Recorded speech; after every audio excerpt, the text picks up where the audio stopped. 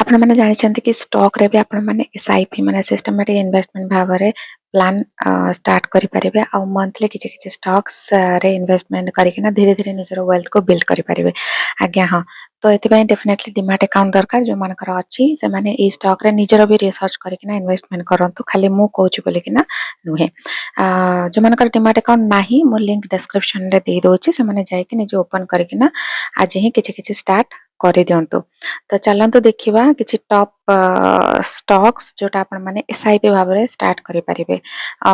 First CDSL, next Polycab, next Pidilite, then Bajaj finance, next Kajaria, next HDFC bank, next Divi's, then Dixon, then Bharat electronics, then HDFC Life, then Vedanta, again Bajaj Finserv, then Hindalgo, Indigo, Fortis, Mazagon Dock, Ship Builders Limited, then Dilip Buildcon Limited, then Bharat Dynamics Limited, Laurus Labs, then HDFC Asset Management Company Limited।